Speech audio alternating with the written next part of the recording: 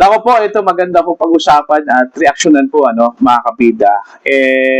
Nag-backfire po.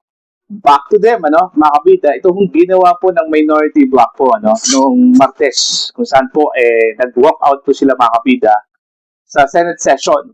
Kaya hindi ko natuloy yung panukala po, mga kabida, ni Senator Dante Marcoleta, na amyandahan po ito kong Senate rules, Kasi, yun nga kulang po sila, mga kapita.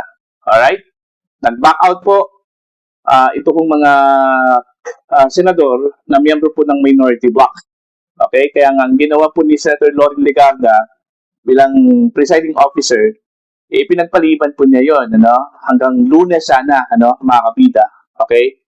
Yung diskusyon, yung debate, mga kapita, po. Alright? Pero, nung ginantihan po sila ng majority, matindi yung ganti po kasi 2 araw po, mga kapita. Okay? Nagalit ito kung minority bloc. Okay? Nung hindi ho sumipot at binoykot po ng majority bloc, ito kung sesyon ng Senado po, mga kapita. Sabi po ng minority, dereliction of duty daw. Okay? Yung ginawa po ng majority, hindi po sila sumipot. Binoykot po nila yung kanilang trabaho po, mga kapita. Alright, yung ginawa pala ng minority last Tuesday, okay, anong tawag po doon? Dereliction of duty din yun, Dahil pinabayaan po nila yung trabaho po nila iniwanan po nila, mga kapita. Nag-walk out po sila, po. Di ba? Para sa kanila, pag mag-walk out sila, okay lang. Pero kung yung mga miyembro ng majority, na binoykot nila yung session, bawal yon. Okay? Dereliction of duty ang tawag doon, mga kabida? Ganun po ba yun? Okay? Kaya ito, pakinggan muna natin itong paliwanag po, ni Senator Alan Peter Cayetano, ang Senate President, mga kabida, kung bakit hindi ho sila nagpakita, kung bakit binoykot po nila itong session. 2 araw po to, mga kabida. Narito po. So, nung nag-walk out po sila, ano sabi nila? Nautakan ang majority, na gamit ang rules ng minority. Ang sabi nila, master ang play ni Senator Tito Sotto dahil alam niya yung rules. Ayaw po nila na magkaroon ng online dahil sa bibig na rin nilang nanggaling. Sabi nga nila, ang isda sa bibig ng gagaling, may ikukulong daw. Bakit nila alam yung timing sa kulong? Sinabi ni Senator Jinggoy, hindi lang ngayon nangyari sa kanya yan, since February. Wala na daw kaso pag siya po ay sumunod sa kanila. In this case, lumipat. So sabi ni Senator Jinggoy, sa susunod na kabanata na lang, sasabihin niya po or sa kanya niya sasabihin ko ano ebidensya niya kung sino-sino. Hindi hearsay sa akin to dahil napakinggan ko yung ilan nilang conversation. So alam ko for a fact na totoo na binabargain ang kanyang kaso, mabalik lang ang majority sa ngayon na 11 o minority. Kaya parati ko inuulit-ulit, huwag kayong magpa-11 sa 11. Sabi nila ngayon, paano na yan? 11-11 na. So, isi-simplify ko po ha. Ito po yung main message ko ngayon. Isi-simplify ko po ha. Main message na nakaugnay sa truth. Truth. Nag-walk out sila dahil ayaw po nila na makaboto yung ilan naming mga kasama. Yung po, sa kanila mismo nanggaling yon. Objective ng walkout nila, sila ang maging majority. So ngayon naman po na walang quorum at walang session yesterday and today, may kasamang mga protesta yon. Protest against a puppet Senate na gusto nila. But it is also a parliamentary tool to ensure na tuloy ang Blue Ribbon hearing sa Thursday. Ulitin ko po ha, ginamit nila yung parliamentary tool na walk out para po hindi matuloy ang pag-change ng rules. So ngayon po ang majority, ginagamit din po ang rules sa tama, morally, legally, to ensure na hindi agawin ang mga committees para po matuloy ang hearing ng Blue Ribbon sa Thursday at ang iba't iba pang mga importanteng hearing sa bawat committee. Yan. Malinaw po, ano, mga kabida. Ginawa po nila ito pong pag-boycott, hindi po sila sumipot, ano, dun po sa 2 araw na sesyon, yan po sa Senado, para po protektahan po, ano, ito pong nakatakdang pagdinig po, ano, ng Senate Blue Ribbon Committee ay yung Huwebes. Bukas po yan, ano, mga kabida. Kasi may mga impormasyon, mga kabida, na natanggap itong si Senator Alan Peter Cayetano, ano, na kumikilos itong minority. Okay? Isang mali lang po, ano, mga kabida, meron lang pong isa sa kanila ang mag-absent, gagamitin yan bilang opportunity po, ano, ng minority bloc para ideklara po ang lahat ng mga komites, ano, mga kabida, na vacant.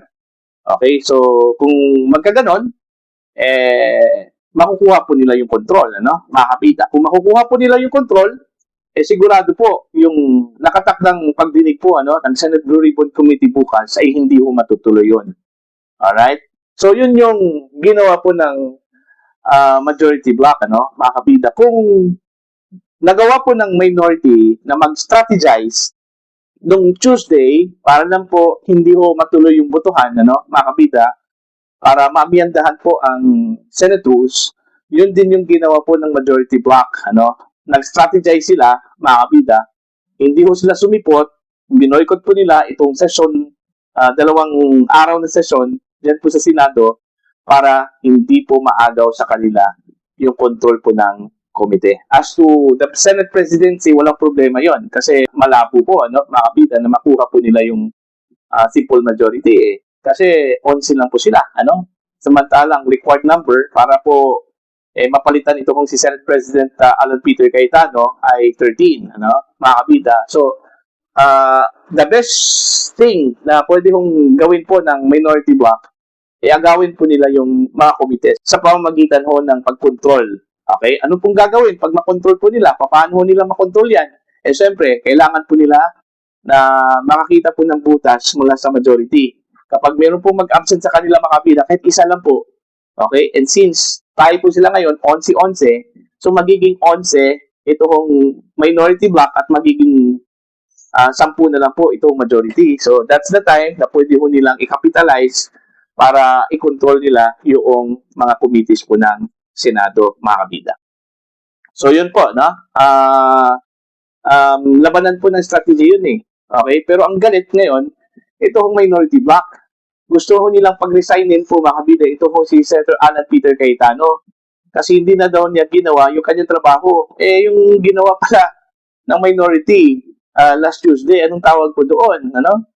Inakusahan po nila ang majority bloc na dereliction of duty. Okay? Pero yung ginawa po ng minority bloc last Tuesday, ang tawag po doon, hindi dereliction of duty ba? Okay? So yun po, no? Eto, hindi na po mapipigilan, mga kabida, kasi ang pagkakalam ko, kahapon po yung last day po ng sesyon, ano, mga kabida, at magbabalik ata sila bago ho mag-sona po si Pangulong Ferdinand Bongbong Marcos. Pero kahit na po na naka-break po ang Kongreso ngayon, yung Senate Blue Ribbon Committee, mga kabida, magtatrabaho pa. Okay? Ang sabi po, tuloy-tuloy daw itong pagdinig, ano? Meaning marathon daw to, ano? Mga kabida, ano po? Okay? So, kung nautakan mo po ang majority bloc, okay, last Tuesday, mga kabida, mas lalo hong nautakan po ng majority bloc ito kung minority, 2 araw po, ano? Matindi ang less bloc po, ano? Ng majority bloc sa kanila, ano? Mga kabida. Tapos, yun, hindi na po pwedeng makagalaw po ang minority kasi yun nga kahapon daw yung last day po ng sesyon, ano? At magbe-break na po itong Kongreso, ano? Mga kabida, ano po? Okay? So, ibig sabihin, tuloy-tuloy na po, mga kabida, itong pagdinig po ng Senate Blue Ribbon Committee. So, hindi na po ito mapipigilan po, ano? Mga kabida. Alright? Kaya daw, takot na takot itong minority sa investigasyon ng Senate Blue Ribbon. Kasi baka daw may madamay ho o madadamay sa kanila, ano po, mga kabida. Kasi kung naalala po ninyo, doon ho sa affidavit po, mga kabida, ng 18 ex-soldiers, ano, sinasabi hong ginawang kasangkapan ni Zaldico para lang po ihatid ito kong mga mali-malitang pera sa iba't ibang personalidad. Nabanggit kasi itong mga pangalan ng mga senador na kabilang po sa minority bloc ngayon. Okay? Mga kabida. Okay? Baka naman po yun din yung isa po sa mga rason kung bakit ayaw ko nilang matuloy yun, ano? Mga kabida. Kasi bulat-latin kasi yun ng Senate Blue Ribbon Committee po, ano? Mga kabida. Okay? Sigurado, lalabas talaga yun. Mga kabida, ano po? Kasi, unang-una po, kabilang po sa mga inimbitahan ito kong 18 ex-soldiers, ano? Mga kabida. Ang mas matindi pa po dito, balak daw imbitahin ng Senate Blue Ribbon Committee si dating ako Bicol Party List Representative Zaldico, ano? Mga kabida, sa pamamagitan po ng online participation po, ano? O itong through Zoom, mga kabida. Okay? Sigurado po ako, ngayon pa lang, nagkakaroon na po ng negotiations kung paano nila maimbita ito kung si Zaldico, ano? Kasi vital figure kasi itong si Zaldico, ano? Mga kabida. Okay? Kung meron pa pong pinaka-importanting tao po, ano? Pagdating dito po sa issue po ng corruption sa flood control projects, ito na pong si Zaldico. Okay? Si Zaldico na po, ano? Mga kabida. Kasi siya yung chairman dati ng Committee on Appropriations dyan po sa House of Representatives, eh. Okay? Inamin nga na dun ho sa kanyang video na inutusan daw siya na mag-insert po, ano? Ng 100 billion pesos po, ano? At ang nag-utos daw sa kanya ay si Pangulong Ferdinand Bongbong Marcos po, ano? Mga kabida. Ang mas mabigat po doon sa kanyang akusasyon, ano? Doon ho sa 100 billion pesos, 25% daw doon, meaning 25 billion pesos doon, ano? Mga kabida, ay binigay doon niya kay Pangulong Marcos bilang kickback. Okay? Sabi ho ni Zaldico, ano? Mga kabida, ano po? Alright? So, ito kabang-abang po ito, ano, mga kabida. Titingnan natin kung ano po ang magagawa po ng minority bloc dito, ano. Considering hindi na po mapipigilan po itong Senate Blue Ribbon Committee hearing na nakatakda po bukas, ano, at tuloy-tuloy na po ito, ano, mga kabida, hanggang makabalik itong Kongreso mula sa kanilang recess. Alright? Ang pagkakalam ko, yung kanilang balik po, during the SONA na po, ano, ni Pangulong Ferdinand Bongbong Marcos, I think sa July ata to, ano, mga kabida. Alright? So, yun po, no, ang explanation po ni Senator Alan Peter Cayetano kung bakit po sila hindi ho nagpakita for 2 days dyan po sa Senado, ano, mga kabida. Binoykot po nila yung session para hindi ho magkaroon po ng pagkakataon po itong minority bloc. Naagawin po nila yung mga komites, ano, kabilang na po ito kong Blue Ribbon, mga kabida, para hindi ho matuloy ito kong pagdinig ng Senado po, ano, mga kabida. Ang tanong ko din, bakit po sila matatakot, ano? Kung meron pong pagdinig po ang Senate Blue Ribbon Committee. Kung hindi naman totoo yung mga aligasyon, ano, mga kabida, laban po sa kanila, sa ilan po sa kanila hong mga miyembro dyan, ano, mga kabida, dito sa affidavit po ng mga dating sundalo, bakit po sila matatakot? Diba? Pwede naman po nilang i-deny yun at pwede po silang mag-participate dun ho sa Senate Blue Ribbon Committee hearing. Pwede nilang komprontahin po, ano, itong mga accusers po nila, ano po. Diba? Anong dapat ikakatakot doon, mga kabida, ano po? Yun din yung nakapagtataka, Atat na atat po itong minority bloc na makuha muli, ano, itong leadership at maging pag-control ng mga committees po, ano, diyan po sa Senado po, ano, mga kabida. Alright? So, yun. Nag-backfire sa minority bloc yung kanilang ginawa. Back to them, mga kabida, ano po. Ang masaklap na po, twice, okay, yung fold ng backfire po, ano, kasi 2 araw po, hindi po sila sinipot. Okay? Nagmukhang tanga po itong mga miyembro ng minority bloc, ano, doon po sa Senado, mga kabida, na hindi man lang nagkaroon po ng sesyon, ano, mga kabida, dahil kulang po sila, walang quorum, kasi wala po ang majority bloc. At wala akong magpe-preside po, mga kabida. Kasi, ultimo yung presiding officer, ang Senate President, wala po. Binoykot din niya yung mga araw na yon, ano, mga kabida. Para po sa inyong opinion at pananaw po, ano, please comment down. Sa mga hindi pa po subscriber po sa akin channel, please subscribe. Just click the subscribe button, click the notification bell on para updated po kayong mga kapita sa aking mga uploads. Maraming salamat po sa inyo lahat.